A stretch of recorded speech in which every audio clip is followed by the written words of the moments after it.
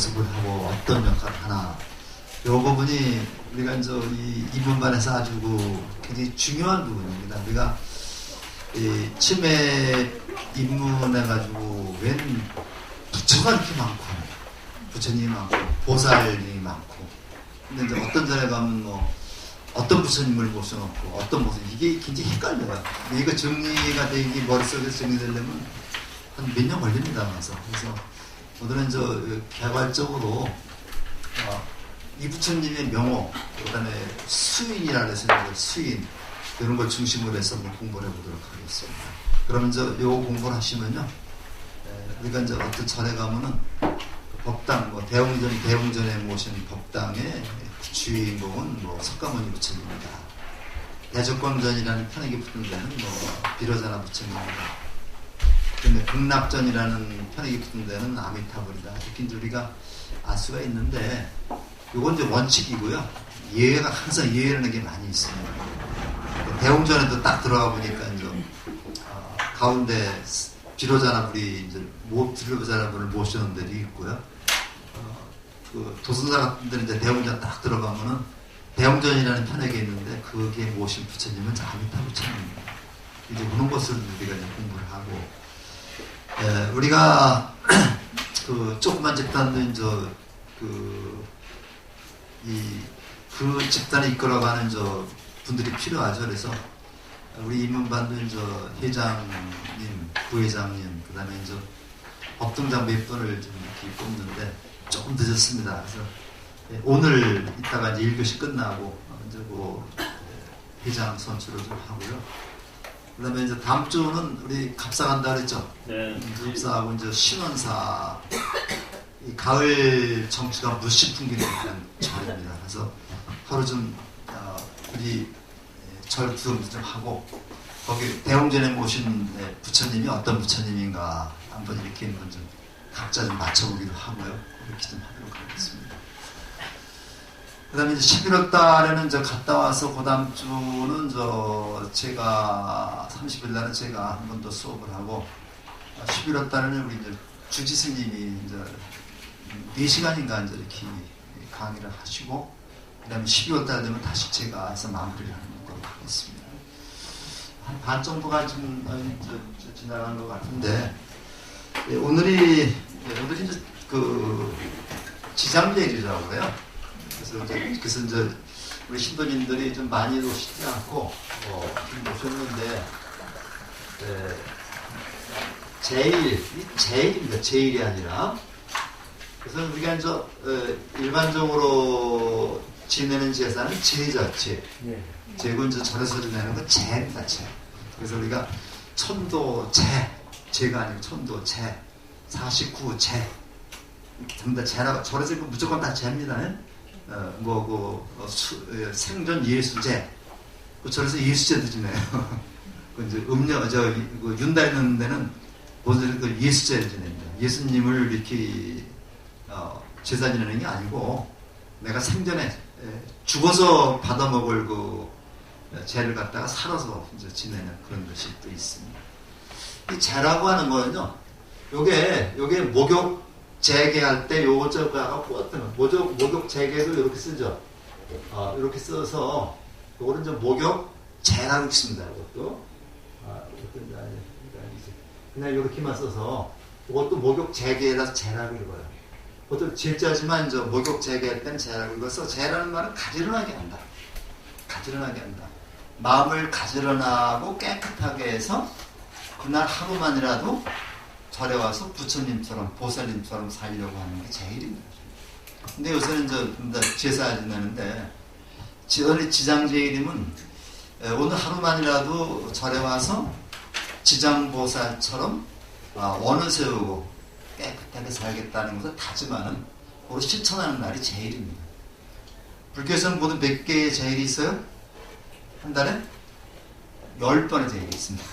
10번의 제일인데, 오늘 나중에 이제 우리가 공부를 하셨는데, 일반적으로 절에서는 지장제일하고 관음제일하고 둘을 많이 하는데, 그냥 우리 절에서도 이제 지장제일하고 관음제일은 신도들이 와서 이렇게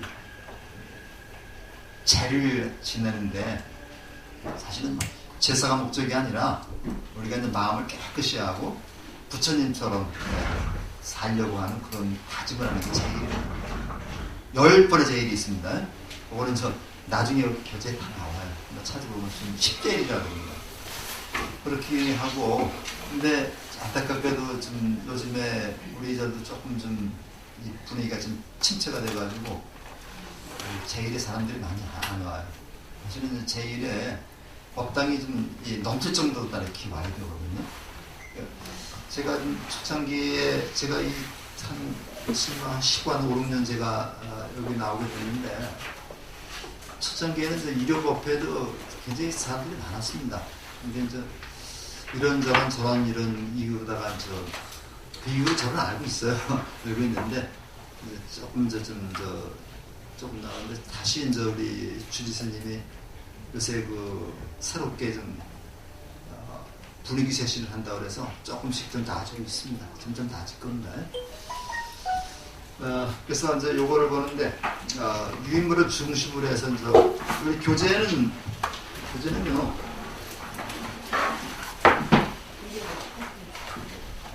258페이지죠? 그거는 불상을 대하는 마음가짐해가지고서 이렇게 쭉 나오는데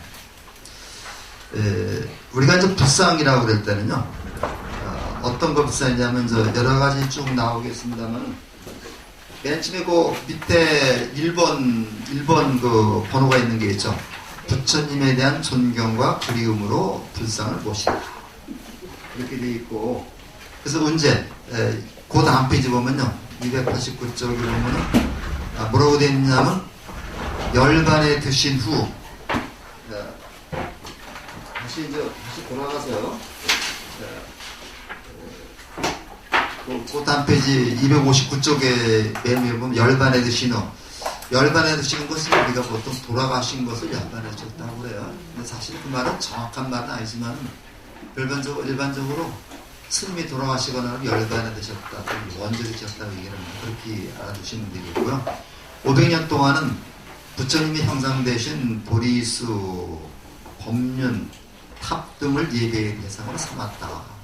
요걸 우리가 무불상시대라고 얘기를 합니다. 부처님의 모습을 인간의 모습으로 한정할 수 없고 형상에 머물지 말라는 부처님의 가르침 등 불상을 조성하지 않았던 이유가 있었다. 그러다가 1세기 무렵 서기 1세기 무렵에 부처님의 형상을 조성하기 시작하였는데 그 당시 인도의 헬레니즘 문화가 들어와 형성했고 인도 자체 문화에서도 신앙의 대상을 형성하는 문화가 일어나는 등 불상에 대한 인식의 변화가 있었기 때문이다. 이러한 문화적 배경과 부처님에 대한 간절한 마음으로 불상을 조성하게 됐다. 이제 그런 얘기를 해놓고요. 그 밑에 보면 그 꼬목해서 네모 쳐놓은 데가 있죠. 그러면 도 30 이상 80종호라고 그러는데 부처님의 얼굴을 상호라고 그럽니다. 상호라고 그러는데요. 이건 제가 잠깐 좀 말씀을 드리겠습니다. 우리가 여기 살면서 부처님은 우리 일반인과는 뭔가 다르다. 얼굴도 좀 다를 것이다. 그렇게 생각을 했어요.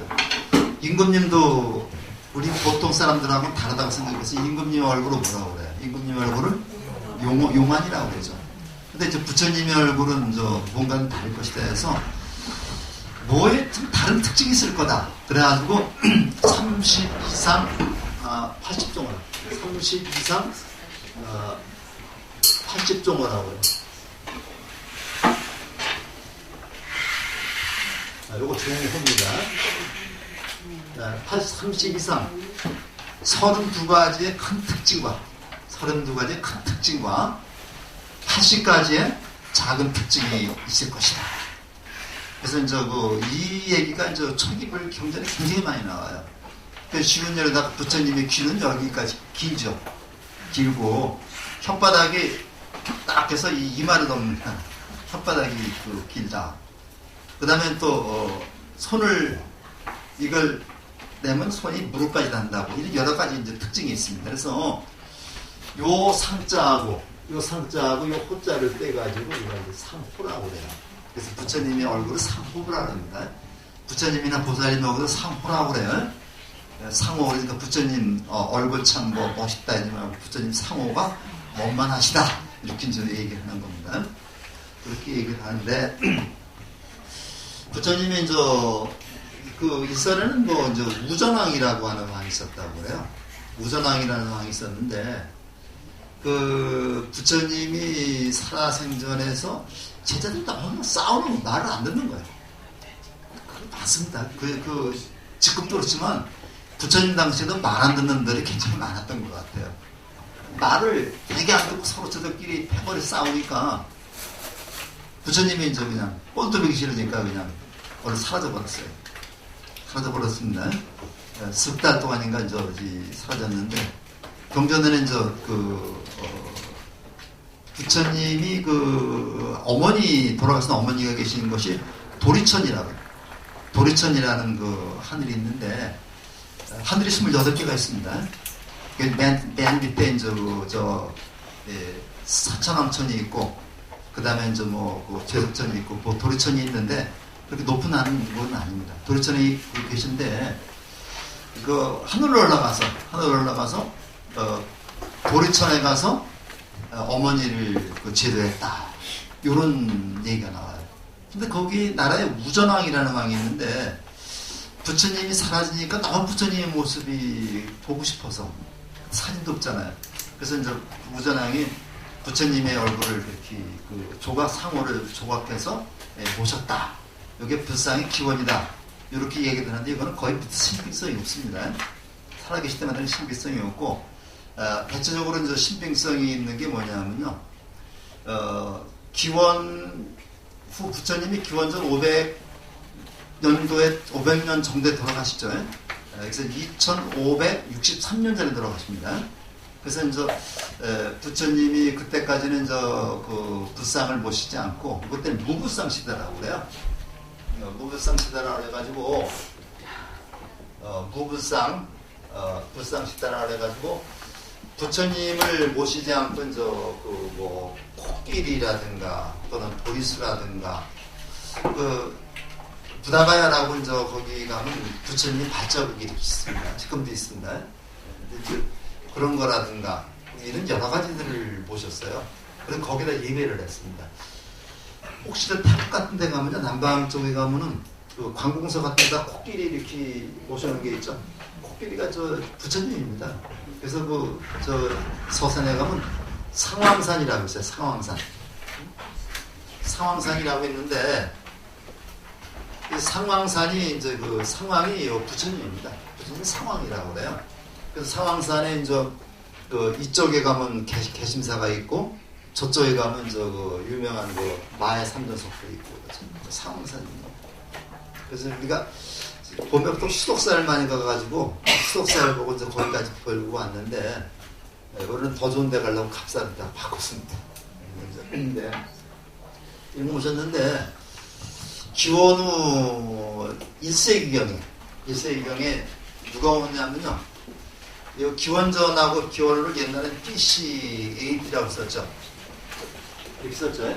지금 이렇게 쓰지 않습니다. BC는 비포 크리스트에서 그리스도 이전에서 아노 도미니 해가지고 로마자다 그리스도 이후에 해가지고 연도의 기준점을 예수로 다 잡았기 때문에 요즘엔 이렇게 쓰지 않고요. 공통기원이라는 걸 써요. 그래서 공통기원을 콘만 일어나고 얘기를 합니다. 콘만 일어나고 얘기를 하는데 그게 뭐를 공통기원이라고 그래요. 공통기원이라고 해가지고 AD 대신에 CE라는 말 씁니다. 지금 그거 쓰지 않고 CE라는 말을 쓰고요. 요거는 이제 비퍼니까 이것은 이제 BCE라고 씁니다. 그렇게 하면 요즘에는 기원전을 BCE라고 쓰고 기원들을 CE라고 씁니다. 이거는 이제 기독교하고 상관없이 공통기원 연대를 해서 이렇게 이제 일반적으로 학계에서 쓰고 있습니다. 그래서 C 1세기경에 이제 누가 와요? 인도 쪽에 마케도니아에 이제 알렉산더 대왕이 쳐들어오죠. 알렉산더 대왕이 이제 그리스 군사를 이끌고서 이제 간다라 지방까지 이제 와서 불교와 알렉산더 대왕 그리스가 만나게 됩니다. 그래서 그 밀린다 왕문경이라고 하는 경전이 있는데 거기 가면 그 밀린다라는 왕하고 그 나가소네라고 하는 나카소네인가? 나카소네 일본 사람이죠. 그 인도의 고승하고 그리스의 왕하고 만나가지고 대담하는 그런 것을 적은 경전이 밀린다 왕문경이라고 굉장히 좋은 경전입니다.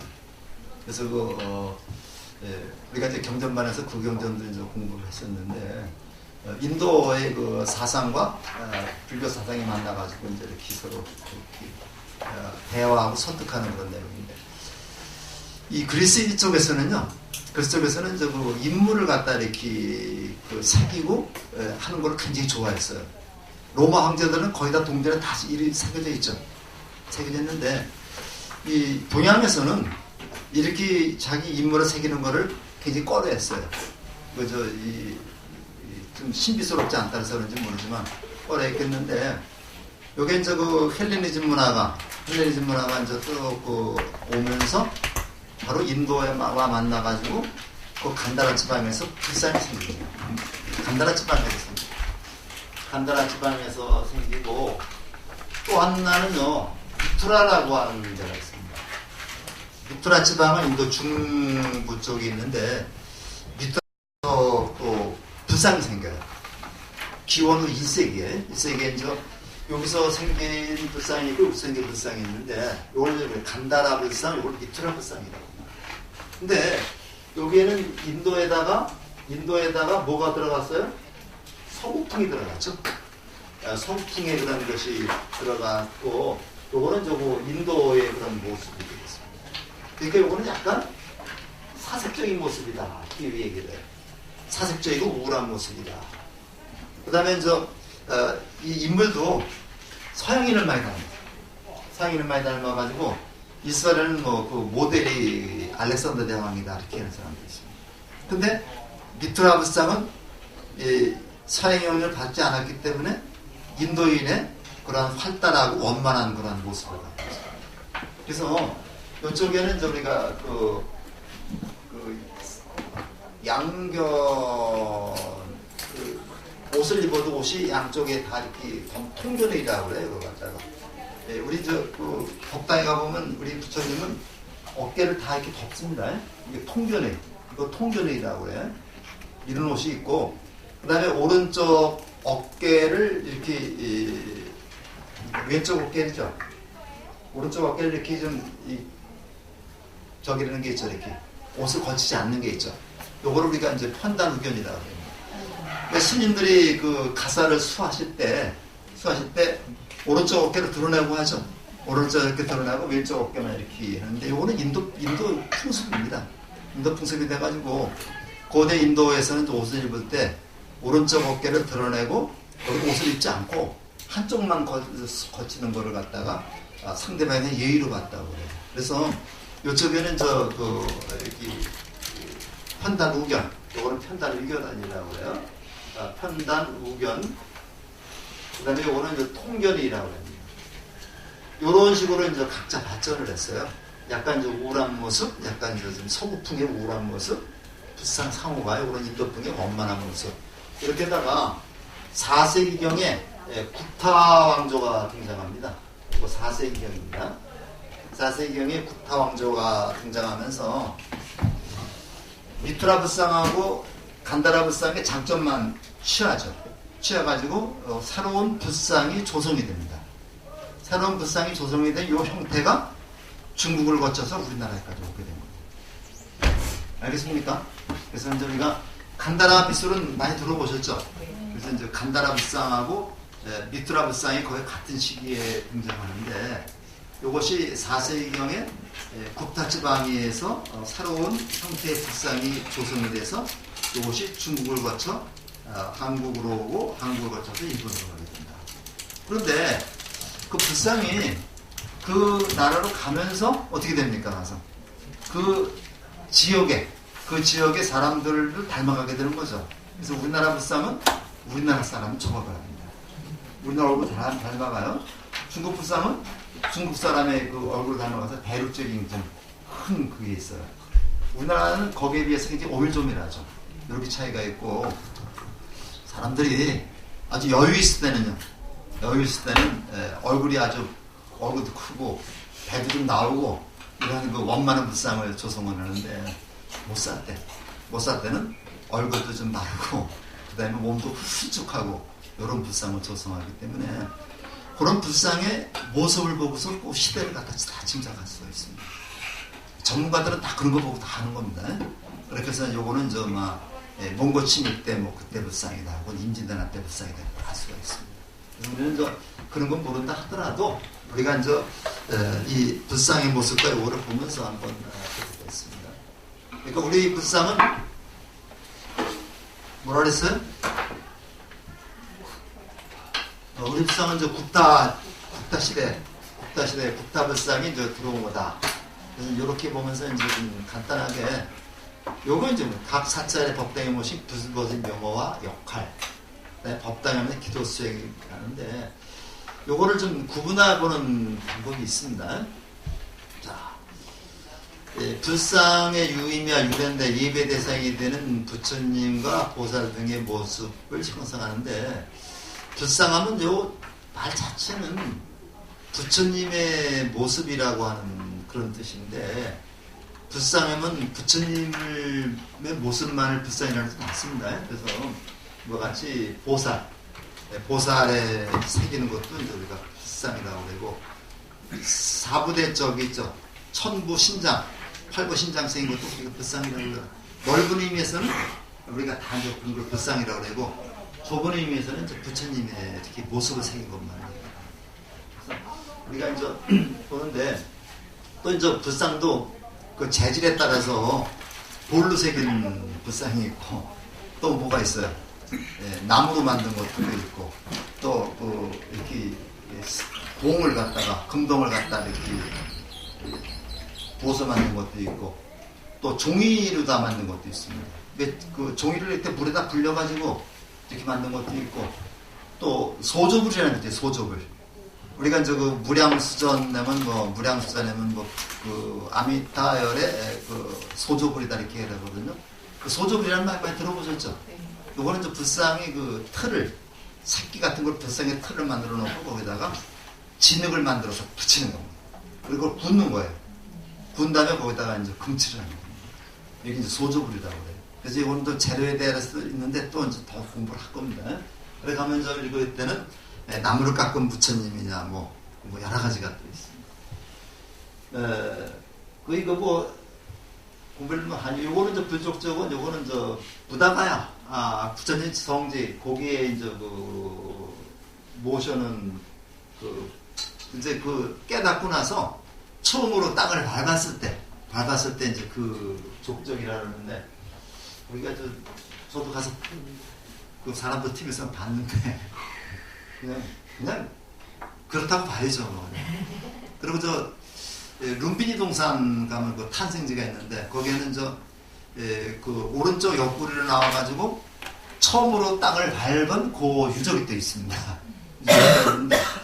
가서 딱 보니까 엄지 밟거나 또 갖고 그래요. 그런데 수없이 거기 가서 예배를 하고 또 그러더라고요. 그러니까 이게 종교에서는 이게 진실이냐 아니냐를 떠나서 이게 하나의 예배 대상이 될 수가 있는 겁니다.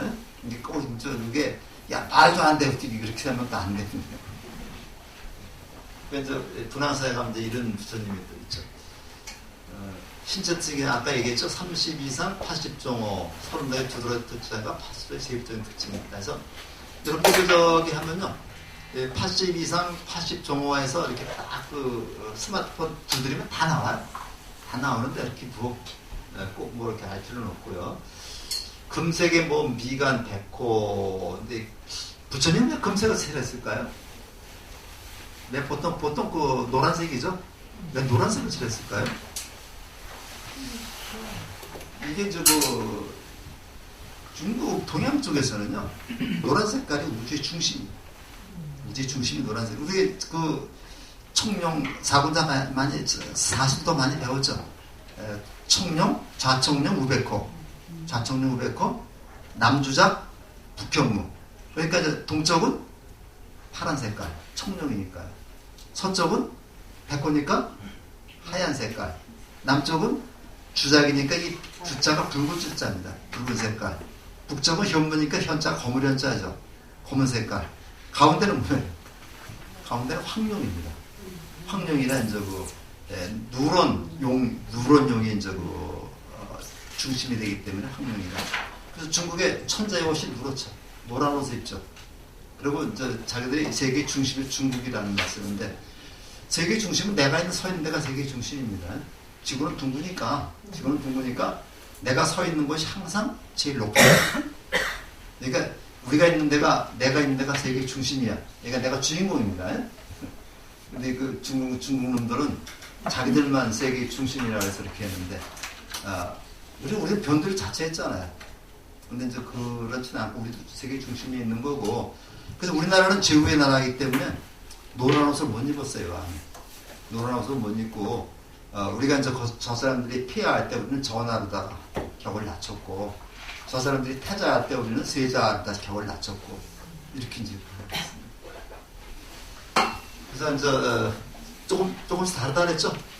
시대와 모습에 따라서 지역에 따라 조금 다른데, 전쟁 때냐, 이것도 이제 그 연관이 있습니다. 그다음에 불상의 종류가 나오는데, 이 나발이라는 게 이제 이렇게 곱슬머리죠, 이게. 부처님은 곱슬머리로 되어 있죠. 그러니까 아마 제가 잘은 몰라도 불상을 조성할 때는 부처님을 가장 원만하고 아주 멋있는 그러한 얼짱으로다가 이렇게 만들었겠죠. 아마 그 당시는 곱슬머리가 아마 이제 유행했던 모양입니다. 그래서 부처님은 곱슬머리, 나발이라고 그래요. 그래서 이제 그렇고, 뭔가 좀 부처님이 좀 다르다고 그래서 이 공부를 좀 잘하거나 그런 사람은 머리가 좀 튀어나온다고 그래요.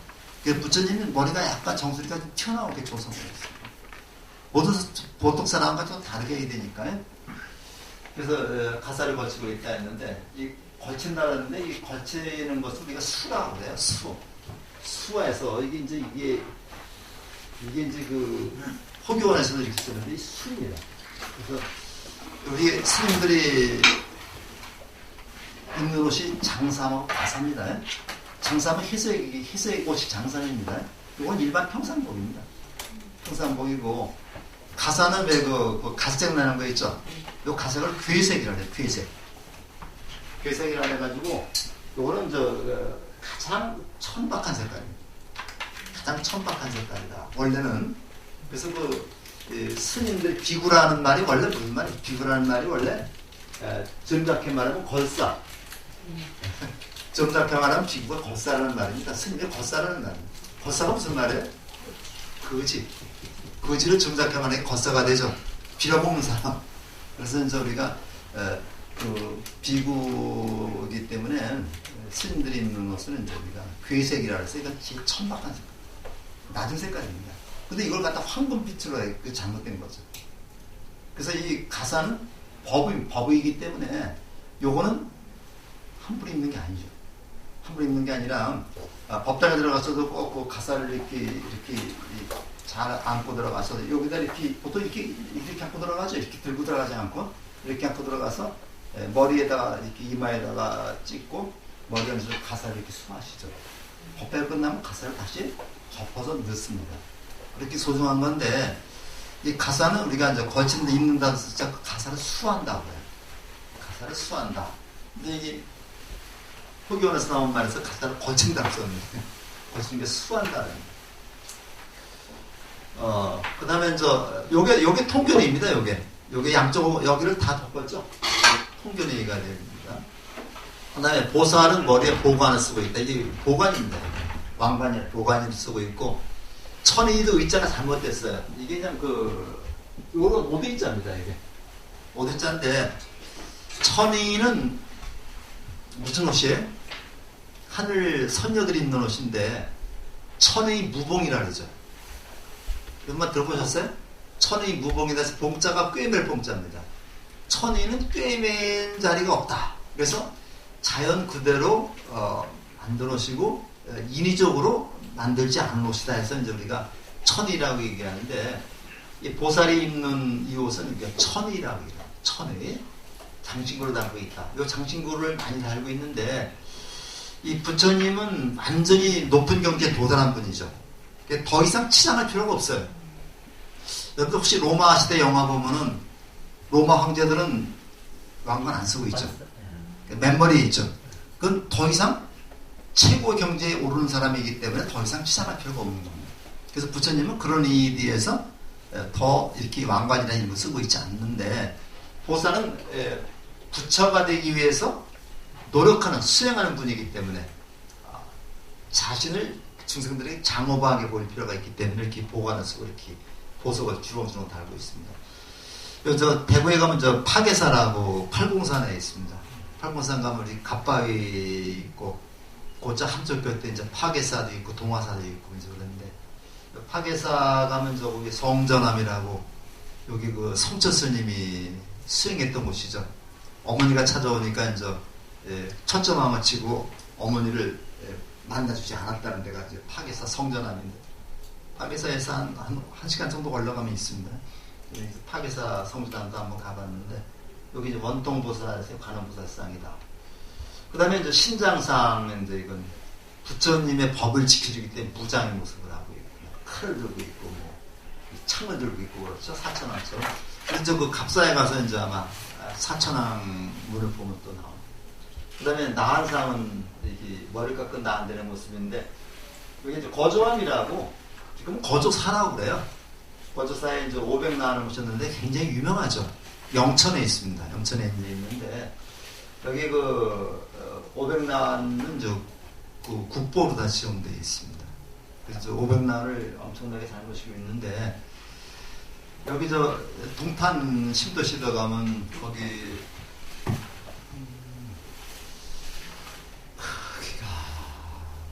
무봉산 만의사라고 있어요. 만의사. 네, 만의사라고 있는데 여기서 1시간이면 갑니다. 가서 동탄 제가 이제 고향이 제가 오산서 학교 다니면서 여기 이제 수학여행 많이 다녔는데 소풍 많이 갔던데 그래서 걸어서 오산서부터 여기까지 갔는데 그때는 요만하게 조그맣게 암자 하나 있었는데 지금 불사를 엄청 해가지고 500나한전을 어마어마하게 모셔놨습니다. 여기 가면 거저암보다 더 화려하게 모셔놨는데 한번 거저암 가기 힘드신 분은 여기서 이제 저기다가 만의사 찍으면 나옵니다. 만의사 찍으면 나오면 동탄 신도시대 나가서 거기 들어가면 그냥 한 40분 정도면 갈 겁니다. 500나한테 잘 모셔놓고 있어요. 부처님의 제자들이죠. 우리 그 동국명상원에도 이제 이런 나한의 모습을 모셔놓고 있습니다. 자, 근데 매절을 안 불상에 대해 예배와 공경을 통해 진정한 부처님 마음과 접한다. 보이는 형상을 통해서 보이지 않는 부처님 마음과 같이 만나는 이게 굉장히 중요한 겁니다. 우리가 이제 어떤 그 형상을 통해서 그 속에 담긴 뜻을 우리가 이해해야 되죠. 그래서 우리가 이제 이게 상자가 굉장히 많아요. 상자가 이제 이런 상자도 있고 이런 상자도 있고 이런 상자도 있고 이런 상자도 있고 이런 상자도 있는데 다 다릅니다. 이거 다 다르거든요. 근데 요런 상은 뭐야? 요런 상은 그 눈에 보이는 상이죠. 불상한테 요거 씁니다. 요거는 뭐야? 물질과 현상이라서 현상, 눈에 보이지 않는 작용을 갖다 이렇게 상이라고 해요. 우리가 이제 물리에서 말하는 그 현상을 이걸 얘기하고. 그러니까 이거는 보이는 모습이고 이거는 그냥 보이진 않지만은 현상으로 나타나는 걸 얘기를 하고. 이런 거는 이제 머릿속에 이미지를 떠오르는 걸 얘기를 하고. 요거는 이제 뭐 개념화된 것을 말하는 거예요. 다른데 우리가 이제 불상은 또 요걸 통해서 요걸 통해서 그 속에 있는 진짜 본질을 갖다 파악한다는 거예요. 우리 보통 집에 가면 돌아가신 뭐 부모님이나 이렇게 할아버지 이렇게 사진 영정 모시는 경우가 있죠. 그래서 그 사진을 통해서 돌아가신 부모님을 한번 다시 되새겨보는 거예요. 그렇기 때문에 절에 와서 불상이라고 하는 거는 불상이라고 하는 형상을 대하면서 그 속에 담겨있는 부처님의 가르침을 내가 이해하고 실천하는 거다. 그렇기 때문에 이거는 우상 숭배가 아니라는 얘기예요. 기독교에서 말하는 우상이라는 거는 생명력이 없는 그런 것에다가 절하는 걸 우상이라고 그래요. 그래서 이 기독교 개신교 나가는 사람들은 산가집에 가서 절 안 하죠. 사는 사람한테 괜찮습니다. 내 목사님한테 직접 들은 얘기인데 죽은 존재에게 절하는 게 우상입니다.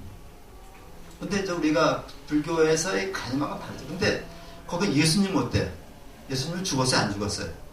죽었어요. 어? 부활했잖아요. 우리 하늘로 올라가죠. 하늘에 계십니다, 지금. 하늘에 계신 아버지죠. 돌아가신 분이 아니기 때문에 절하는 거죠. 근데 이제 그 불교에서는 부처님 분명히 열반을 드셨죠. 그렇지만 그 부처님 형상을 통해서 부처님의 정신을 떠올린다는 의미이기 때문에 동양적인 관념과 서양적인 개념이 다릅니다. 이게. 우리 모든 건 다 동양적인, 서양적인 개념으로 보려고 그래요. 종교라고 하는 개념도 전부 다 서양적인 개념으로 보려고 그러니까 여기는 뭐가 뭐 신이 젖대자가 있고 이렇게 나오는 건데 동양적인 개념에서 볼 때는요. 종교라고 하는 게 그냥 종자가 예쁘면 종자가 마루 종자입니다. 최고의 가르침을 종교라고 해요. 최고의 가르침을 종교라고 해요. 제가 이제 어제하고 그저께 있던 동안 이제 유림들하고 이제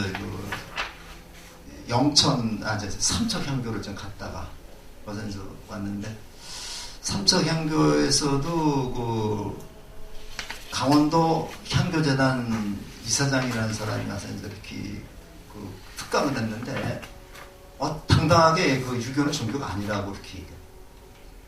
근데 이제 유교가 과연 종교냐 아니냐 가지고 지금 말이 많아요.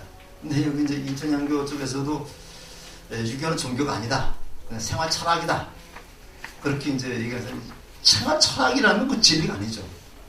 그 생활 철학이라는 거는 상황에 따라 바뀔 수가 있는 겁니다. 그렇죠?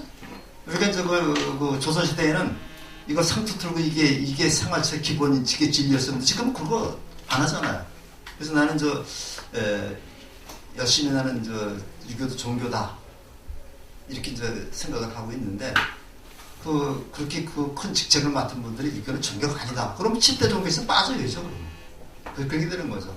왜냐하면 제도, 중생 제도에 대한 것이 없다. 그러는데 그거하고 상관이 없고 종형적인 관점에서 본다면 그건 그런 게 있어도 그만 없어도 그만입니다. 우리가 이제 부처님한테 같이 빈다고 해서 뭐가 이루어집니까? 내 마음이 편하자고 잡혀요. 근데 이제 우리 그런 관점에서 볼 때 동일적인 관점에서 우리가 이제 이거를 갖다가 부처님은 돌아가신 분이기 때문에 거기다가 절을 하는 거는 우상숭배다. 이거는 좀 잘못됐다는 얘기죠. 그러면서 부처님과 내가 하나가 되는 겁니다. 부처님과 하나가 됨으로써 내가 부처가 되는 겁니다. 그래서 우리가 이제 그렇기 때문에 절을 하는 거는 불상이라 절을 하는 게 아니라 내 마음이 내가 부처님처럼 공부하고 열심히 살겠다는 다짐을 하기 위해서 부처님한테 절을 하는 거예요. 이거 아셔야 돼요. 부처님한테 절하는 게 내가 이제 부처님처럼 열심히 살겠다는 그런 다짐을 하기 위해서 부처님 삼배를 하는데 삼배는 이제 여러 가지 의미가 있습니다만 불법성 세 분에게 한다 그래서 보통 삼배를 하죠. 그게 가장 유력한 얘기입니다. 또는 계정에도 나오지만은 부처님과 부처님의 가르침과 승가에게 내 마음을 가지기 위해 절하는 것이다 이렇게 생각하면 되죠. 그 다음에 또 신앙의 대상으로 볼 수 있습니다. 우리보다 높은 성인이기 때문에 볼 수 있겠다. 이거 우상이 아니다. 무조건 실체하고 젖대시하는 것이 아니기 이걸 우상이라고 해요. 대상을 실체하고 젖대시하는 건데 부처님은 젖투인데 이게 지금 우리 한국 불교에서 가장 큰 문제가 부처님은 젖대화도 안 되니까 이제 부처님 젖대하고 스님을 젖대하는 스님 말씀은 다 옳다. 무조건 옳다. 이건 잘못된 거죠. 요새는 신도들도 공부 많이 하는 사람 많아요. 그래서 이제 어떤 분야에서는 신도들이 훨씬 낫습니다. 신도들도 박사학위 하는 사람도 있고 그렇잖아요. 집 짓는 데는 건축가 신도가 더 잘 알고 다 그런 거잖아요. 근데 이제 이런 것들이 지금 많이 바뀌고 있습니다만은 우리가 스님을 존경하는 거하고 절대화하는 건 달라요. 존경하는 거하고 절대시하는 건 다르다. 세종대왕이 너무 절대시하다 보니까 그 신미대사가 뭐 세종대왕한테 뭐 따지고 막 야단쳤다. 이건 역사 왜곡이다 해서 나란 맞사미를 못 보게 한 거. 이런 거 진짜 잘못된 거죠, 이게. 그럴 수도 있는 거죠, 가서 그냥. 그래서 이제 당글을 세종대왕이 혼자 만들었는데 신미 스님이라고 하는 스님이 거의 만들다시피 했다. 역사 왜곡이다. 이래서 이제 다른 종교에서 이의를 걸어가지고 나란 맞삼이라는 영화가 중도 하차했잖아요. 이순신 장군은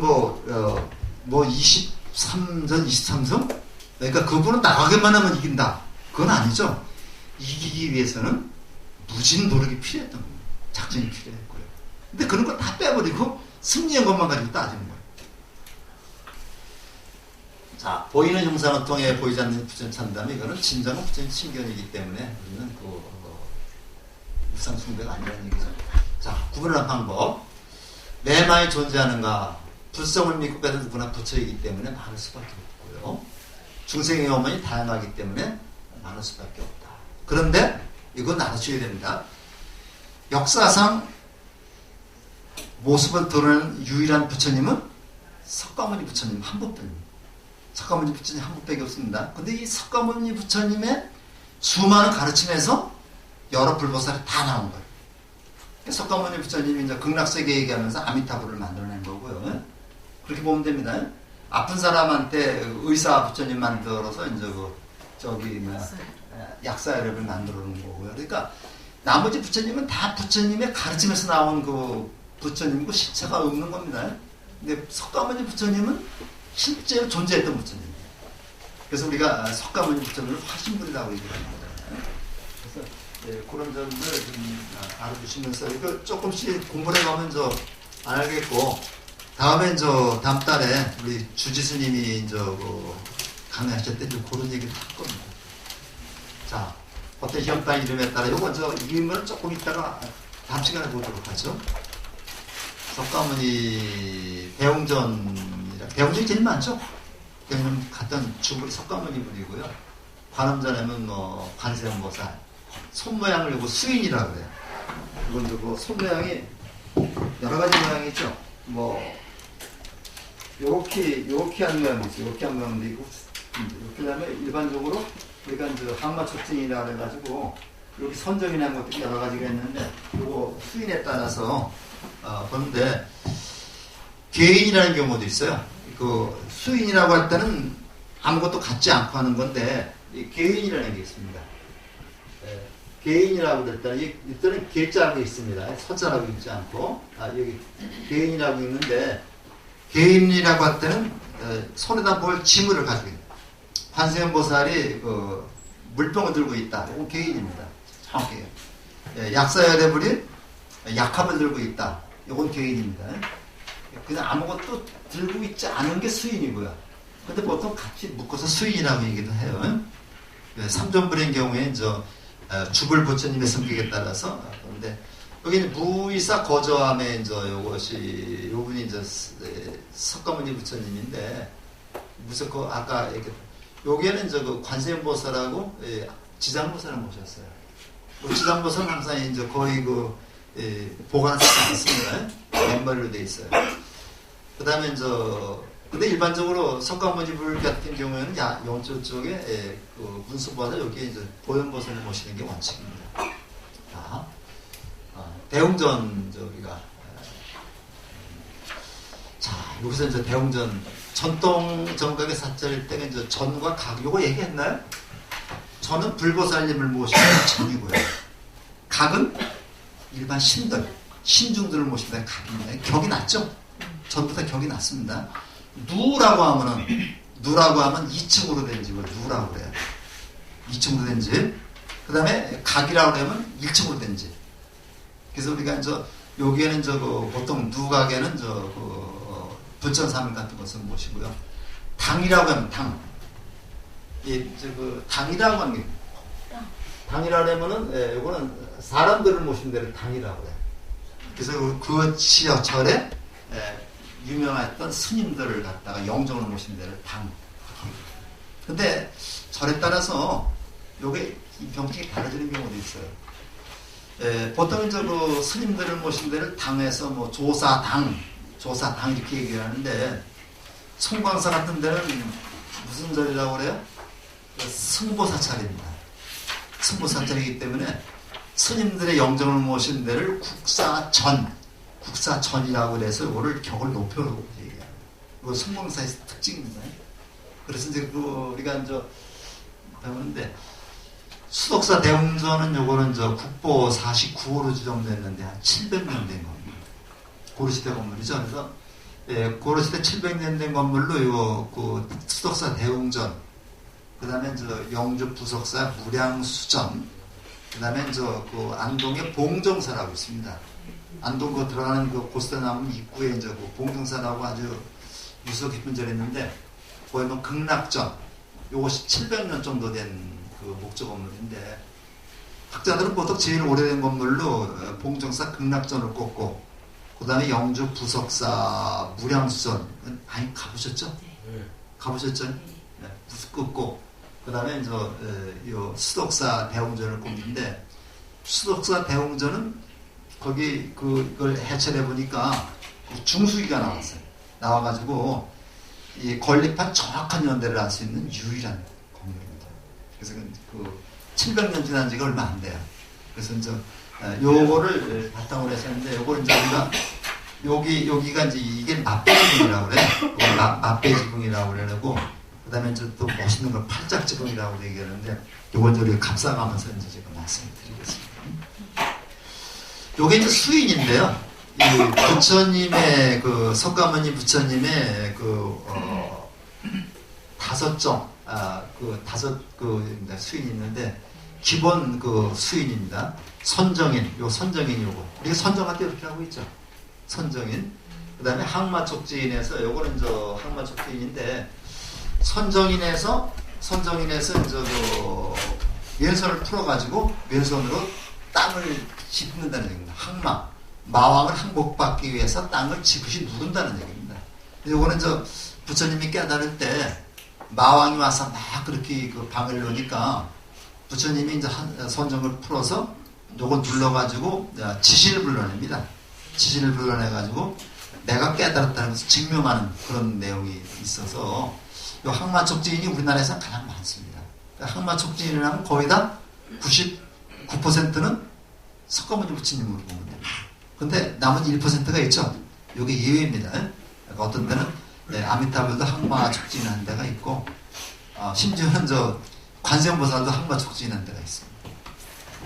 그 다음에 여원인과 시윈인, 여원인은 이게 우리가 요렇게 할 때, 요렇게 할 때, 요런 저기가 있어요. 보통 서 있는 입불은 요런 게 많은데, 요게 시무웨이입니다. 오른손을 바닥을 보여줌으로써 시무웨이는 두려움을 갖지 말라. 무서워하지 말라. 이런 얘기고요. 여원이는 요거는 당신의 원을 내가 다 받아주겠다. 그러니까 요거 여원인하고 시무웨이는 중생들의 원을 받아주면서 중생들이 고통에서 겁내지 않도록 하기 위한 것이죠. 여원인하고 시무인인데, 보통 여원인을 하게 되면 시무인을 같이 합니다. 요거는 같이 해요. 그래서 요거를 우리가 보통 통인이라고 얘기해요. 통인이라고 얘기를 하고요. 그 다음에 전법륜인은 법률을 하는데 약간 요거를 이렇게 두 개 겹쳐놓은 건데, 그래서 우리나라에서는 거의 보기 힘들어요. 거의 보기 힘드는데, 요거 이렇게 시무회인, 여원인, 항마촉지인, 선정인, 그 다음에 전법륜인, 요거를 우리가 석가모니 부처님의 근본 5인이라고 해요. 근본 5인에서 선정인, 여원인, 시무회인, 전법륜인, 이렇게를 근본 5인이라고 그러는데, 제가 아까 말씀드렸듯이 요거하고 요거는 같이 나타난다 그랬죠. 요걸 하나로 묶어서 통인이라고 하는 경우에는 천지인을 집어넣습니다. 천지인은 부처님이 그 첫발날 그 관욕할 때 오른손으로 하늘을 가리키고 왼손으로 땅을 가리키는 모습이 있죠. 그게 천지인입니다. 그래서 일반적으로 이제 요렇게 5개를 석가모니 부처님의 근본 5인이라고 하거나 아니면 이걸 묶어서 하나로 본다면 여기다 천지인을 집어넣어서 그 근본 5인이라고 합니다. 요 직권인은 요거는 그 비로자나 부처님의 그 일인데 글자가 들어옵니다. 가서 요거 왼손을 오른손으로 감싸는 거. 요 오른손은 부처의 손이고 부처고 요거는 중생을 상징하거든요. 중생을 부처가 이렇게 감싸 안는 이런 모습이라고 직권인입니다. 요 직권인을 한 부처님은 무조건 다 비로자나 부처님이고 비로자나 부처님은 이런 직권인을 하고 있는데 절에 따라서는 이런 식으로 이런 식으로 하는 데도 직권인이 되겠습니다. 그래서 이제 사절에 따라서 대웅전에 다른 부처님 본인 묻으신 경우도 있습니다. 근데 일반적으로 대웅전에는 저게 이제 그 대웅전인데 대웅전에서는 옆에 보살 협지를 모실 때는 대웅전, 그 다음에 양쪽에 부처님을 또 협지를 모실 때는 대웅보전이라는데 그것도 원칙이 그렇다는 얘기입니다. 그 조계사 같은 경우는 저 가운데 석가모니 부처님을 모시고 양쪽에 약사열애하고 동쪽에 약사열애하고 서쪽에 아미타불을 모시고 있어요. 이제 우리 절에서는 그냥 그 대원보존이라고 했죠.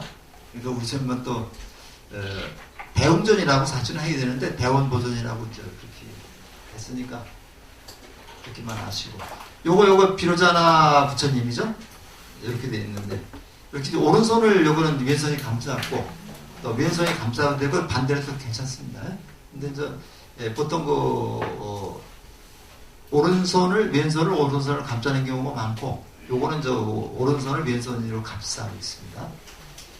요건 이제 해인사 대적광전에는 비로자나 부를 모셨는데 비로자나 부처님의 세계를 모신 법당이다 해서 고요하고 평화로운 열반에서 이 비로자나 부처님의 세계를 연화장 세계라고 해요.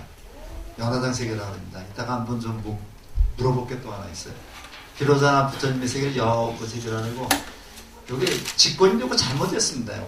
요것도 그 한자를 잘못 썼어요.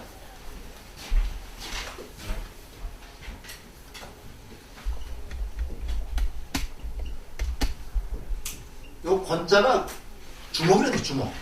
권투할 때. 요 주먹을 다는 거. 요거는 그냥 책.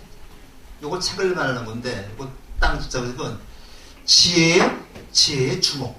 지혜의 주먹으로 이렇게 나타낸다 그래서, 직권이냐고 저렇게 써야 됩니다. 근데, 이 대적광전이라고 붙일 때는 그 절에서 가장 중심되는 법당인데 대적광전입니다. 근데 중심되는 법당이 아니고 대웅전이 따로 있으면은요. 대웅전이 있으면 대웅전이 중심 법당입니다. 대웅전이 있고 중심되는 법당이 아닐 경우에는 비로전 또는 화엄전이라고 해요. 그래서 불구사에서는 대웅전이 따로 있기 때문에 요 비로자나부를 모신 정각을 비로전이라고 해요. 그래서 그 절에 가면요. 가장 중심되는 법당을 금당이라고 해요. 가장 중심되는 법당이 있고 보조 법당이 있습니다. 그 관음전 같은 경우도 중심되는 법당일 때는 원통전, 보조 법당일 때는 관음전 이렇게 나옵니다. 그러니까 낙선사 가면은 원통보전이라고 되어 있죠. 그래서 이제 삼신불에서 이제 법신, 고신, 화신인데 이건 아마 우리 주지스님이 이거는 말씀하실 겁니다. 굉장히 좀 복잡하고 좀 힘들어요. 네, 극락전, 이 아미타 부처님의 세계는 극락세계라고 해요. 극락세계라고 하고, 그 다음에 이제 무량수전. 아미타 부처님을 우리가 저기 아미타바 붓다 할 때 요거는 그 무량광불. 아미타유스 붓다 할 때는 우리가 무량수불이라고 하는데, 아미타라는 말은 인도말을 그대로 음차한 거고요. 요걸 뜻으로 풀이하면 무량광불 또는 무량수불. 그러니까 부석사에 무량수전 나오죠. 무량수전은 이제 우리가 항마 촉진에 대한 그런 아미타불이 있습니다. 근데 이 아미타 부처님은 중생의 근기에 따라서 9가지 수인을 가지고 있다고 그래요. 이따가 이제 적을 때 다시 이거는 보겠습니다. 약사전은 병을 고쳐주는 부처님이니까 이분은 저 동방 유리세계, 유리광세계 또는 정유리세계라고 이렇게 얘기합니다. 그러니까 비로자나 부처님의 세계를 무슨 세계라 했어요? 연화장 세계. 아미타 부처님의 세계를 극락세계. 그 다음에 약사 부처님의 세계를 유리광세계라고 얘기합니다. 이건 약합을 들고 있다 그랬죠? 그러니까 엄밀히 얘기하면 그건 수인이 아니라 개인이 되겠습니다. 그래서 항상 동쪽에 해가 뜨는 곳이죠.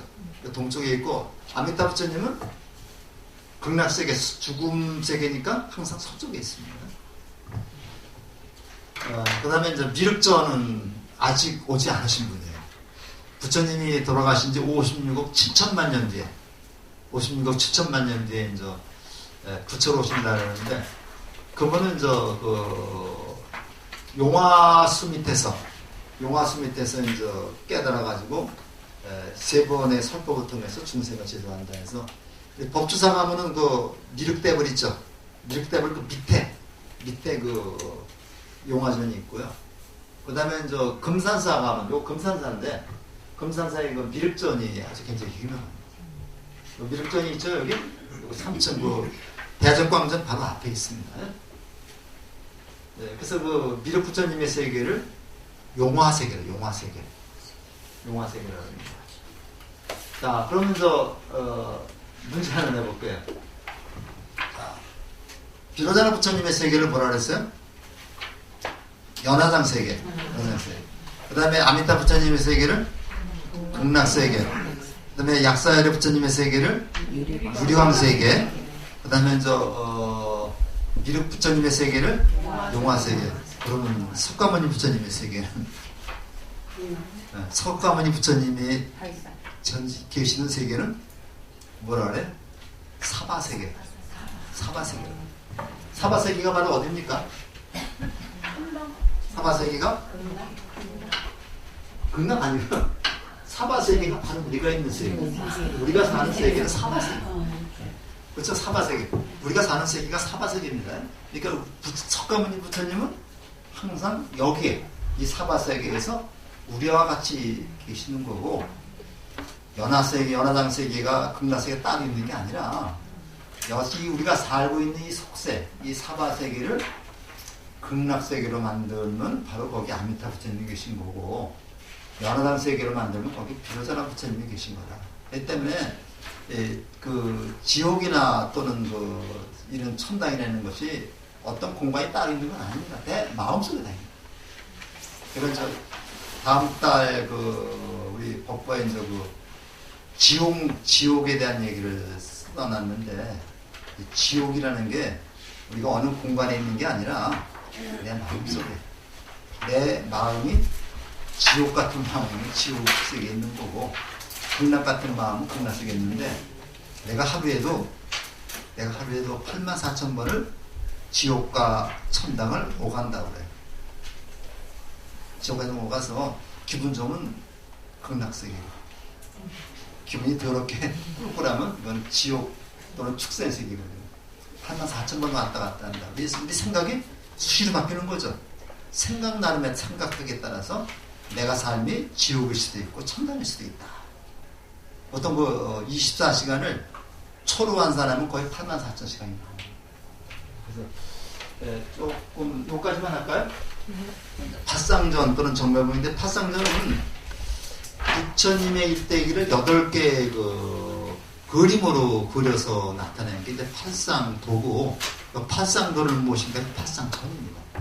여기 이제 법주사 팔쌍전인데, 원래 가장 오래된 목탑이죠, 이게. 근데 여기 들어가면 안 되는 줄 알고 안 들어가시는데, 들어가면 사방에 다, 동서남북 다 사방에다가 부처님을 모셔놓고 있어요. 그래서 부처님을 모셔놓고, 거기다 한쪽에다가 그림 두 장씩 이렇게 모셔놨는데, 그러니까 동서남북 사방에다가 두 장씩 모셔놨으니까 8폭이 되죠. 8폭이 부처님이 1대1입니다. 절에 가면 이제 벽화가 있죠.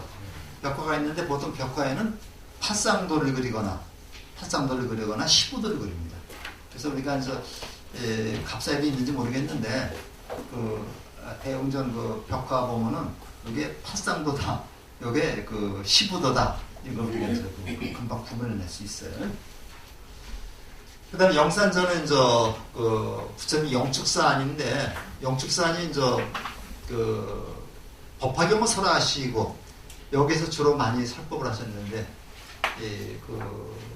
마가다국에 있습니다.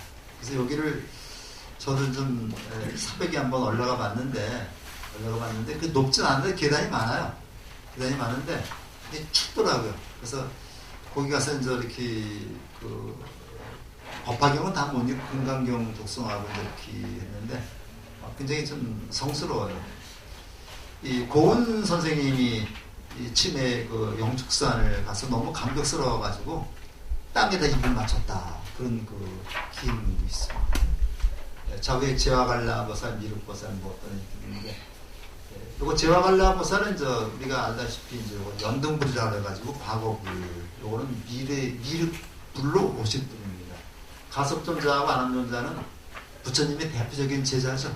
그래서 그거는 많이 모셔요. 그래서 불국사에 가면, 대웅전에 가면 가운데 석가모니를 모셔놓고 양쪽에 미륵보살, 제와갈라보살을 모셔놓고 그 앞에 조그맣게 마가섭존자하고 안암존자 모셔놓고 있습니다. 정멸보공은 이제 부처님 진신사리 모셔놓은 분인데, 우리 5대 정멸보공입니다. 통도사, 상원사, 법풍사, 정암사, 봉정암. 요거는 해발 1200m. 요게 봉정암입니다. 여기 일세 평생에 3번은 가봐야 된다 그래서. 한번 갔다 오셨어요? 아유, 잘하셨네. 근데 할머니도 잘 가세요. 그래서 그냥 심심해서 한 5시간, 6시간 걸리죠? 저기서? 백담사에서. 저는 3번 갔다 왔는데, 한 번 이렇게 올라가다 이제 오세암 들리면 1시간 반 정도 더 걸립니다. 근데 오세암이 너무 좋아요. 근데 간 김에 가다가 이제 오세암 들려서 이렇게 올라갔는데, 요게 이제 백담사에 있는 저기죠. 사립탑이죠. 봉정암 사립탑인데, 여기가 백담사의 전두환이가 와 있으면서 얘가 지금 좀 세속화됐어요. 그래서 여기 가가지고 원래 지금 보살님들 숙소가 원래 법당이었습니다. 보살님들 숙소가 법당인데 보살님 숙소로 바꿔놓고 이쪽에 이제 법당은 따로 옮겨놨는데, 그 많을 때는 초파일 전후에서는 한 3-4천 명이 온다고 그래요. 오늘 가서 그냥 주먹밥하고 한번 갔다 오실 필요도 있습니다. 마룻바닥에 하얀 페인트로 누울 공간만 하고 번호 써. 근데 가서 그냥 예약하고 다 자요. 그냥 수시고 들어가면 그냥 다 자요. 예약해놔도 소용없어요. 요거 통도사는 이제 양산 거기 있고요. 상원사도 여기다 한번 많이 가면 되죠. 월정사에서 이제 가가지고 올라가는 거고. 요거는 전부 다 법풍사하고 정암사는 요게 저기 있습니다. 하루에 두 군데 다 볼 수 있습니다. 영월에 있기 때문에 법풍사 보고 하루에 볼 수 있어요. 영월 가면은 법풍사이 북쪽에 있고 영월에 요 남쪽에 정암사가 있어서 두 군데 다 볼 수 있고, 설화사나 1박 2일 해 볼 수 있어요. 여기까지만 하고 좀 쉬었다 할까요? 네. 좋아하고 가까이 여기는 분이 이제 관세음보살입니다. 관세음보살인데 요즘에 조금씩 바뀌고 있어요.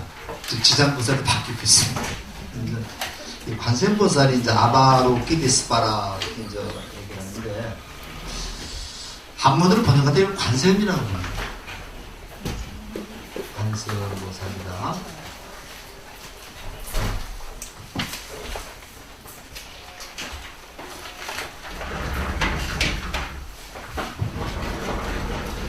관세음보살이다. 또는 관자재보살이다. 이렇게 번역을 했는데 요거하고 요거 똑같습니다. 아바로키 데스바라 이제 그런 말인데 우리 그 보살 명어도요. 관세음 보살 같은 경우는 그 인도 이름이 아바로키 데스바라니까 그 음하고 다르죠. 달라가지고 요거는 뜻으로다가 이렇게 번역을 한 거고요.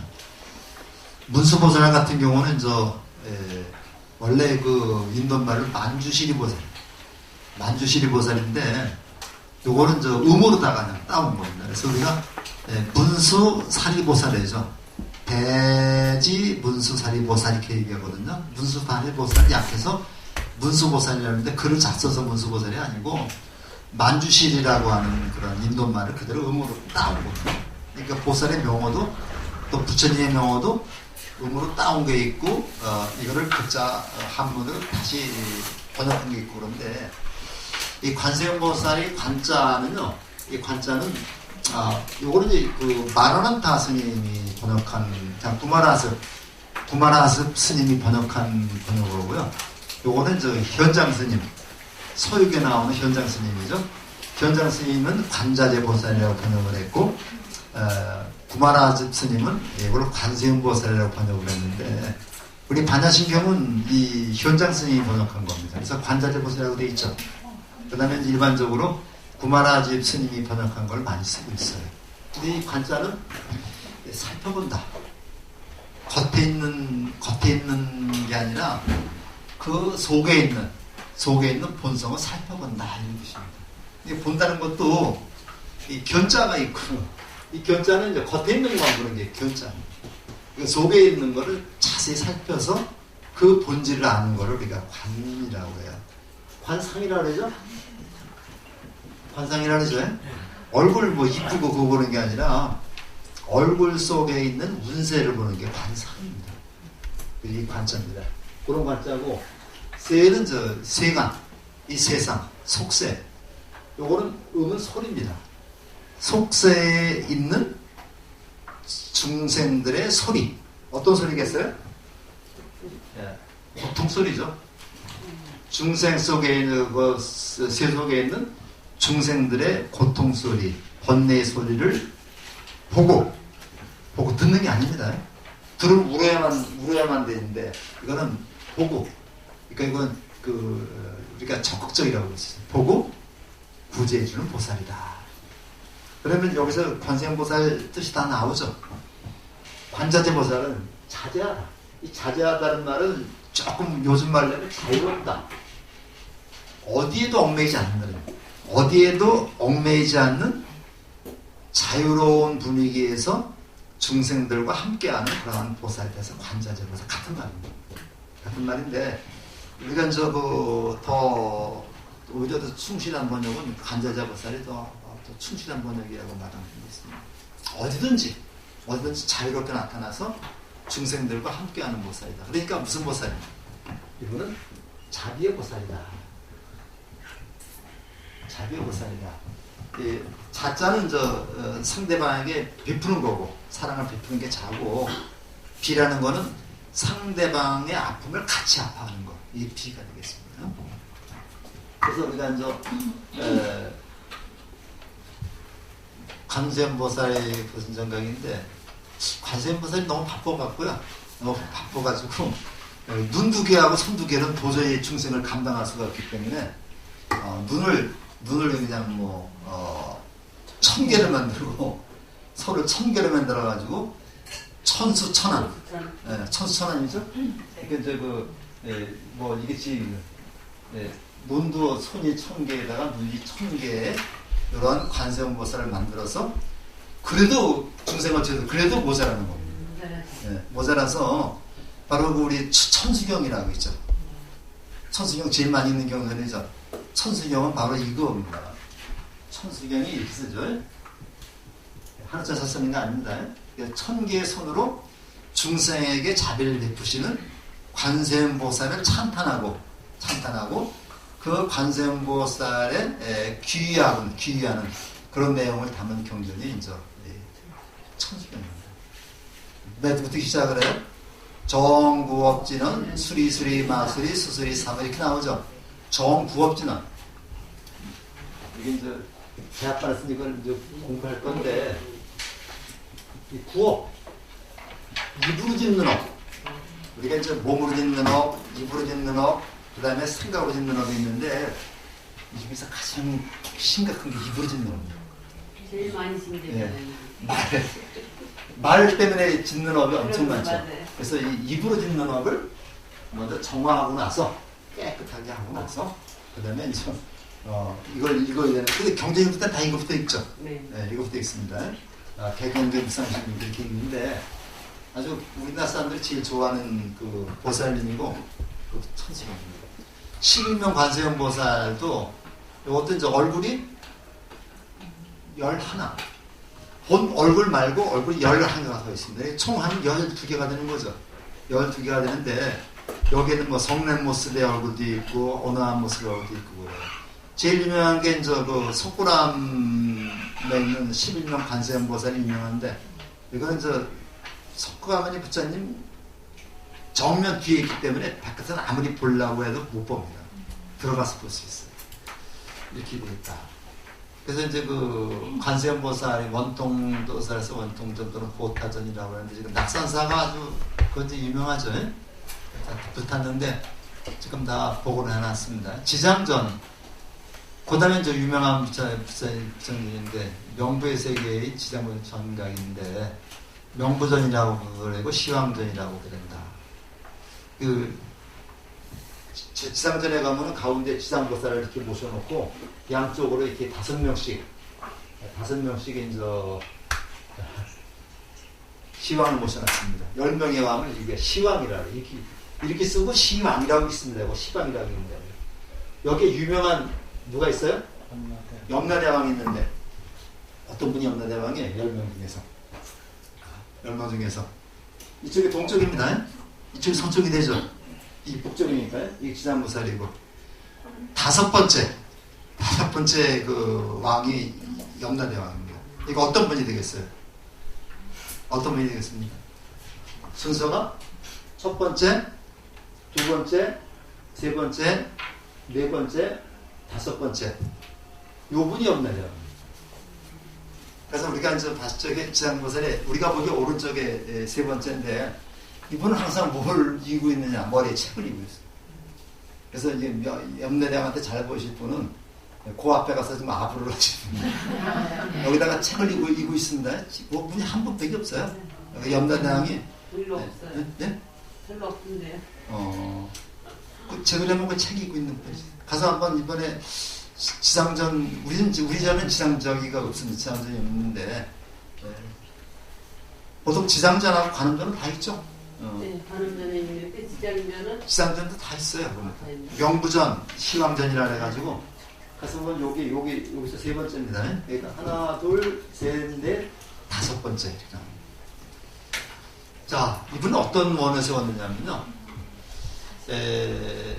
석가모니 부처님이 돌아가시면서 지장보살한테 이렇게 부탁을 했어요. 내가 죽고 나가거든 미륵 부처님이 올 때까지 나를 대신해서 중생을 제도해달라 이렇게 부탁을 해서 지장보살은 내가 중생의 지옥 중생이 다 하늘 선당으로 갈 때까지 나는 성불하지 않겠다 이런 원을 세웠어요. 그러니까 대원 큰 원을 속에 대원 지장보살 나왔어요. 모든 지옥 중생들이 다 천당에 갈 때까지 나는 성불하지 않겠다 부처가 되지 않겠다. 그래서 지옥문 앞에서 육환장을 들고 기다립니다. 그래서 지옥에 오는 중생은 쫓아버리고 지옥에 있는 중생은 끌어내서 그래서 요거 육환장을 우리가 지옥문의 열쇠라고 그래요. 지옥 열쇠에서 굉장히 원이 그러니까 저 삭발을 하지 않습니다. 이분은 이제 보관 쓰지 않아요. 근데 보관 쓴 분도 있어요. 그래서 요거는 저 도서람의 그 고창 선운사의 도서람의 지상보살인데 내가 본 지상보살 제일 이쁜 보살. 이쁘다 그래서 좀 못할지 모르지만은 저희 가면 저 세 분의 지상보살이 있는데요. 그 고창 선운사 조금 지났죠. 그 저 상사와 그 수꽃무릎 좀 지났죠. 새빨갛고 아주 기가 막힌 거기서 이제 그 무릎꽃이 많잖아요. 예, 무릎꽃. 예. 근데 이쪽부터 해서 그냥 서정수 선생의 그 12부터 보고, 그 옆에 또 서정수 문학관도 있고, 서정수 생가도 있습니다. 거기서 보고서, 그 다음에 이제 풍천장어에다가 이제, 한 잔 먹으면 더 좋죠. 예? 근데 거기 이제 선운사에 그 지장보살님이 한 분 계시고요. 일본 갔다 오신 분이 계시고, 요거 지장보살, 여기 도서라면 1시간 정도 올라갑니다. 그 다음에 또 이제 또 한 분의 그 지장보살에서 삼지장보살님이 이제 계신 아주 유명한 데죠. 그 다음에 나한전 되고, 이제 아란모심 되고, 응진전이라고 되고, 이게 이제 거저함 이렇게 보셨습니다. 여기 이제 우리가 들어가면 한 요 정도, 요 정도 높이에 반이. 그래서 보냈는데, 그 신심이 깊은 분들은 좀 빡빡한 돈을 1,000원짜리로, 만원짜리로 이제 500장을, 500이 좀 넘어요. 한 500한 20장 정도 이렇게 준비해 가서, 지장보살, 나한님 한 분 한 분마다 다, 돈을 드리고, 보시를 하고, 이렇게 하신 분도 꽤 있다고 그래요. 그랬는데, 그 돈이 그 문제가 아니라, 그 정성이죠. 그 사람한테 경제 어려우면 100원짜리라도 하나씩 가서 다 넣으면, 그래도 얼마 되나요? 100원짜리 넣으면 얼마 되나요? 5만원 되나요? 그래서 그렇게 하시는 분들이 꽤 있더라고요. 나는 못 해봤는데. 가다가 나한전에 갔어요. 이렇게 쭉 하다가 나하고 눈이 딱 마주치는 나한님 계세요. 가다 보면 딱 눈이 마주치는, 첫 번째로 눈 마주치는 나한님이 내가 모실 나한님이라고 그럽니다. 근데 가서 이상하게 딱 가면 오른쪽으로도 갈 수 있고 왼쪽으로 갈 수 있는데, 그냥 오른쪽으로 가서 처음에 딱 눈 마주치는 나한님이 계세요. 그래서 거기다가 마주치면 돼요.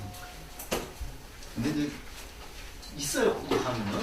그래서 이제 16난을 모시는데 500난을 모시는 분도 있다. 전부 제자들입니다.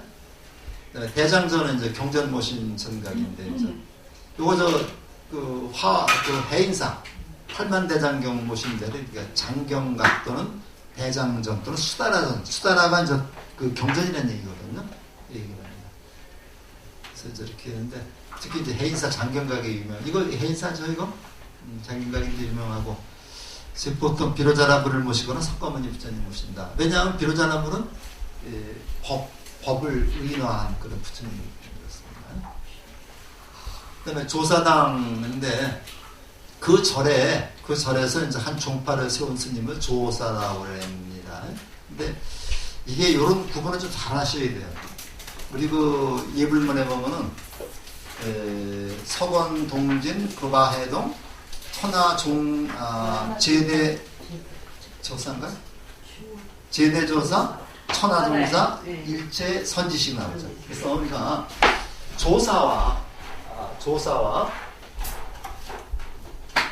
조사와 그 밑에 이제 종사가 있습니다. 종사가 있고 그 다음에 선지식이 있어요.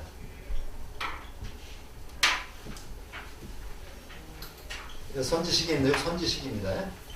그래서 제대조사, 천하종사, 일체 선지식 이렇게 나오죠.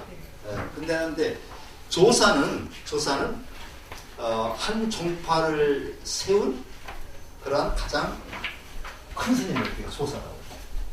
우리나라에서 구인사 스님이 상월조사라고 그러죠. 그래서 처음에 이제 한 종파를 개정한 스님을 우리가 조사라고. 그게 이제 천태정을 스님. 그래서 그런 상월조사라고 그러죠. 그 밑에 그 종파를 안정시키면서 멀리 법을 펴신 분을 종사라고 합니다. 그러니까 조사가 있고 종사가 있고, 그 밑에 이제 일반적으로 이제 스승을 선지식이라고 해요.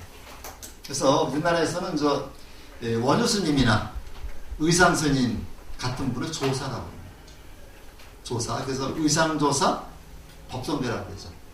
그래서 우리가 이제 나라를 저쪽에도 조선 같은 데는 태조 이성계면 태조자가 붙으면 이게는 나라를 건국한 거죠.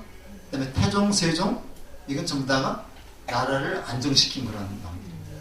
그래서 우리가 좋아하고 좋은 그런 차이가 있습니다. 그래서 뭐 어떻게 높고 낮다라는 개념보다는 종파를 개창한 스님, 연스님, 그 다음에 그걸 더 발전시킨 스님. 그러니까 대단한 분들이죠. 이런 것을 얘기했다. 그래서 그 성광사에는 국사전이라고 합니다. 그 다음에 이제 삼성각은 우리나라 토속신앙을 뭐 산신각, 독성각, 칠성각들이 있다. 그리고 이렇게 이제 해놓고요. 그래서 저기를 보자고요. 유인물을 좀 보겠습니다.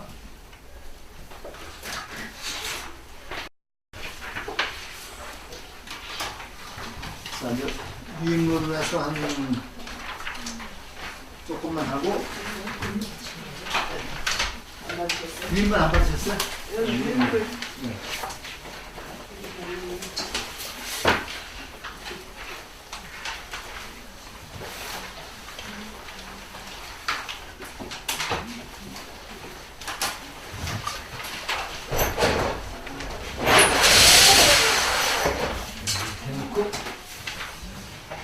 그 사찰이라고 이렇게 된데 한번 좀 읽어보시면 아는데요. 그 셋째 달락을 좀 보세요. 셋째 달락을 보면 고구려의 불교가 처음 전래한 공식적인 기록은 372년입니다. 소수리방 2년, 고구려 소수리방 2년에 이제 우리나라의 불교가 처음 전래가 됐고, 요거는 중국을 통해서 들어왔죠. 백제 불교는 384년입니다. 거기 안 적혀 있나요? 384년에 이제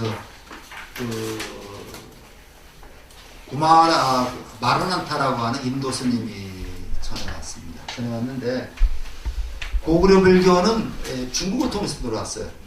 중국을 통해서 들어왔고, 그 다음에 백제 불교는 인도에서 직접 들어왔습니다. 그래서 우리 그 영광굴비 가면은 법성포라고 있죠. 법성포가 굴비로 유명하죠. 법성포가 원래 이렇게 쓰는 겁니다. 법성포가 법성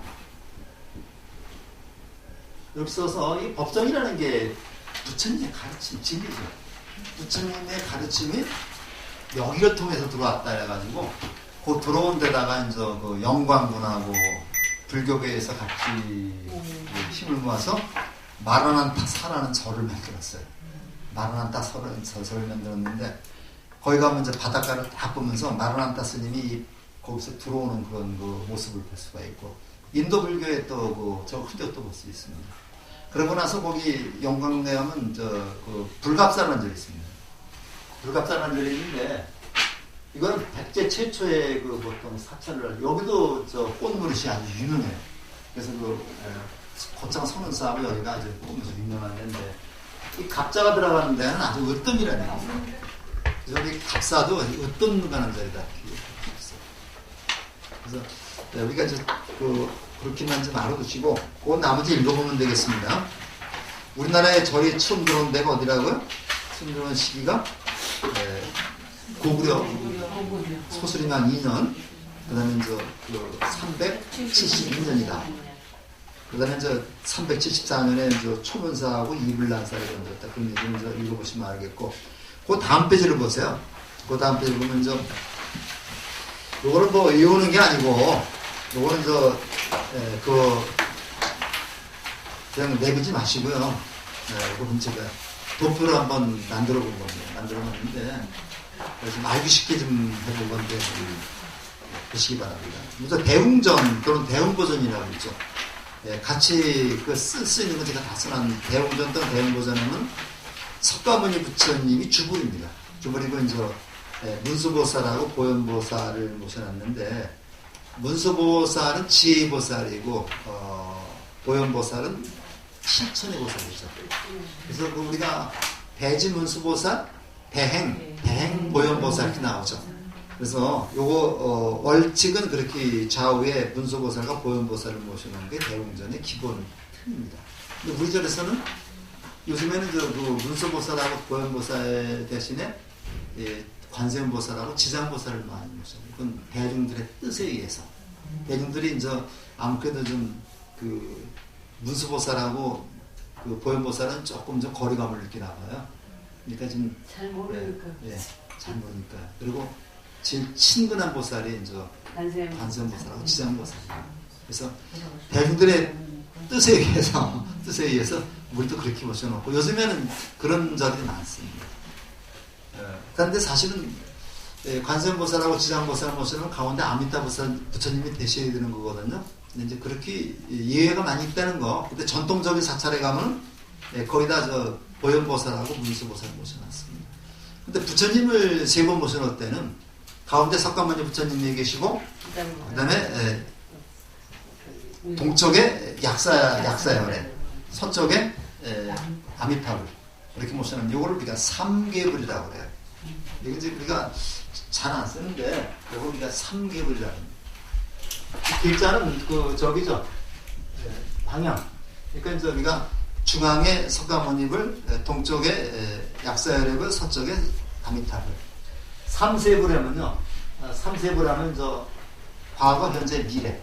그래서 우리가 세계라고 말할 때 세자는 시간적 개념이고 이건 공간적 개념이거든요. 그래서 과거, 현재, 미래 때는 삼세불이 됩니다. 삼세불일 때는 가운데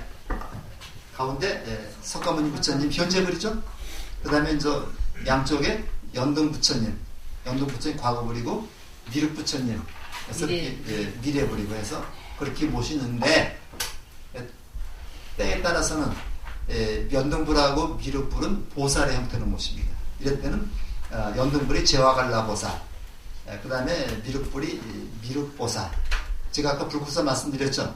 불쿠사 대웅전에는 가운데 석가모니불, 양쪽에 그 제와갈라보살, 미륵보살, 그 다음에 그 옆에 그 가섭하고 하나를 모셔놨습니다.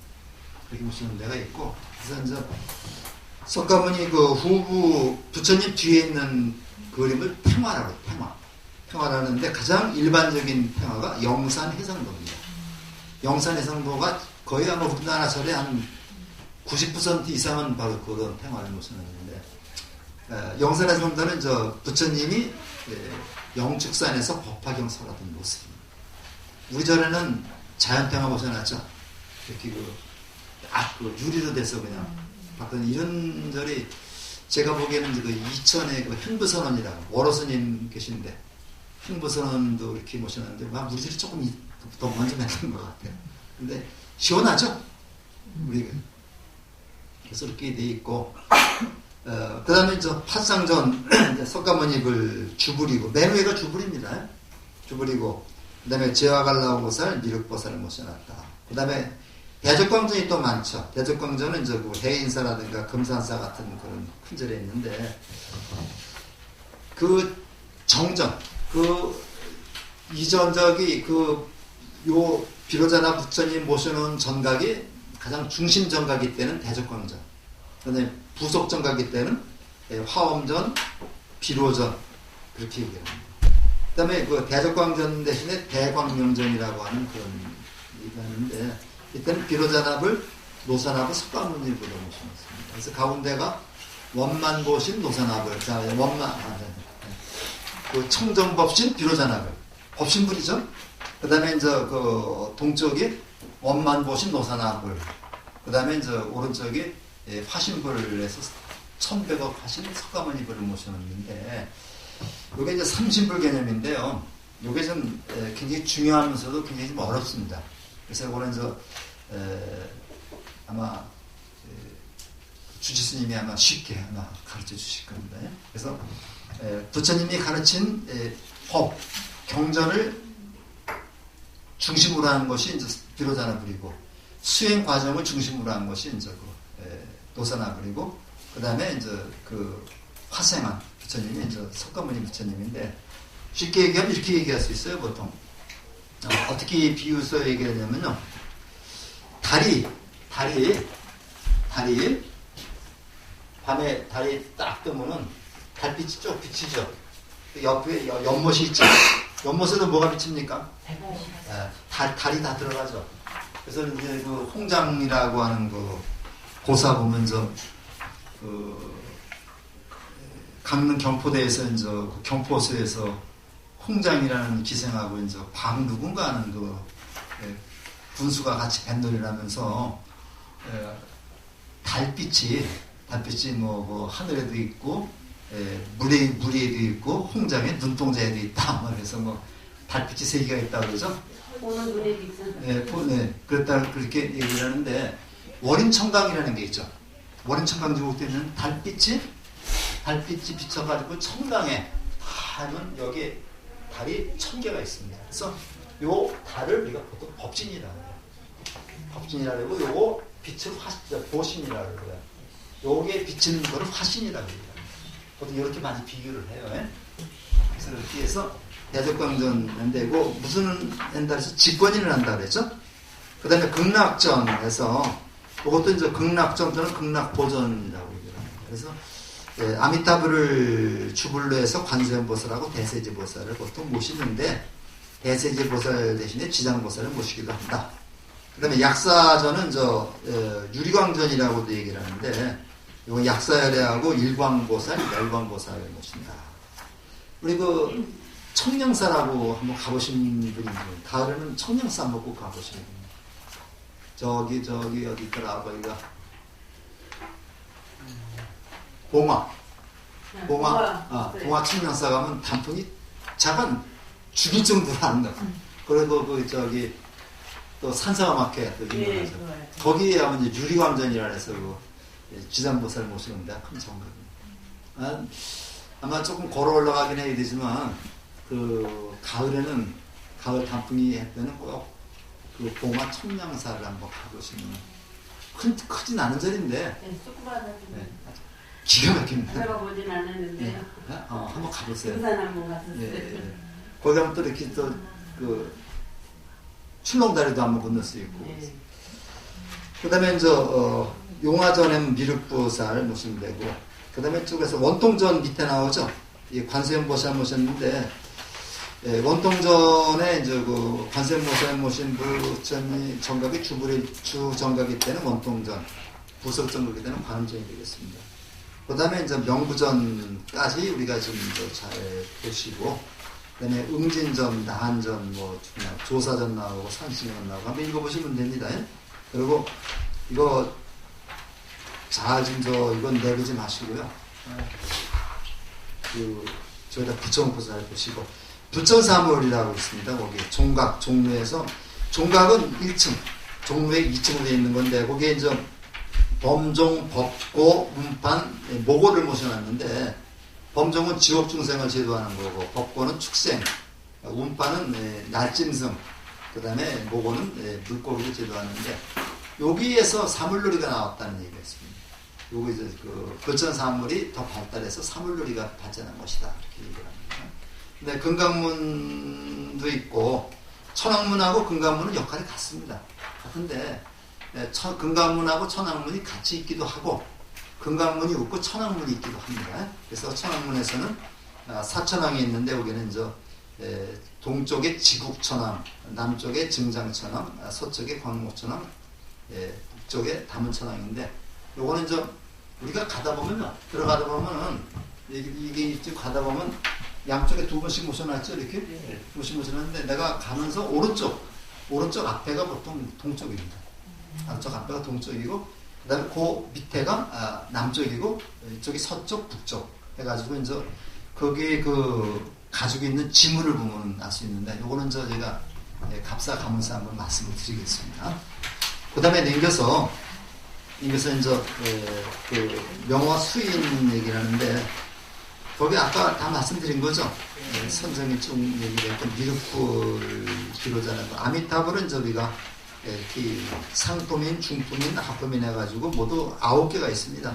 상품인, 상품 중상생인, 상품 중생인, 상품 하생인 이런 식으로 해가지고 9개가 있다. 그 다음에 맨 끝에 좀만 보고 좀 마치겠습니다. 법당 내부에는 통상 상단, 중단, 하단의 3단 구조로 되어 있다. 법당이 어관문에서 바라볼 때 상단이 가장 높은 단상을 설치하고 그 중앙에 부처님상을 모시는데, 이 단상을 상단이라 하면 불단이라고 한다. 중단은 호법을 발언한 산신을 모신 신장단, 신중단이라고도 한다. 제석천이나 사천왕 머리 직접을 모시기도 하고, 하단은 영가의 밑배가 모셔진 단상이면서 영단이라고도 한다. 그래서 우리가 법당에 가서 그 촛불을 켤 때는요, 항상 상단부터 킵니다. 상단 켜고 중단 켜고 하단을 킵니다. 그때는 역순입니다. 그때는 저 하단을 끄고 중단을 끄고 상단을 끄고 그러면 나옵니다. 이게 원칙입니다. 킬 때는 상단, 중단, 하단, 끌 때는 하단, 중단, 상단. 그래서 상단은 3단계로 되어 있어요. 3단계로 되어 있고, 중단은 2단계로 되어 있고, 영단은 1단계로 되어 있습니다. 지금 저 45분인데 요 소분 여기서 끝내고요. 아주 중요한 그 임원 선출이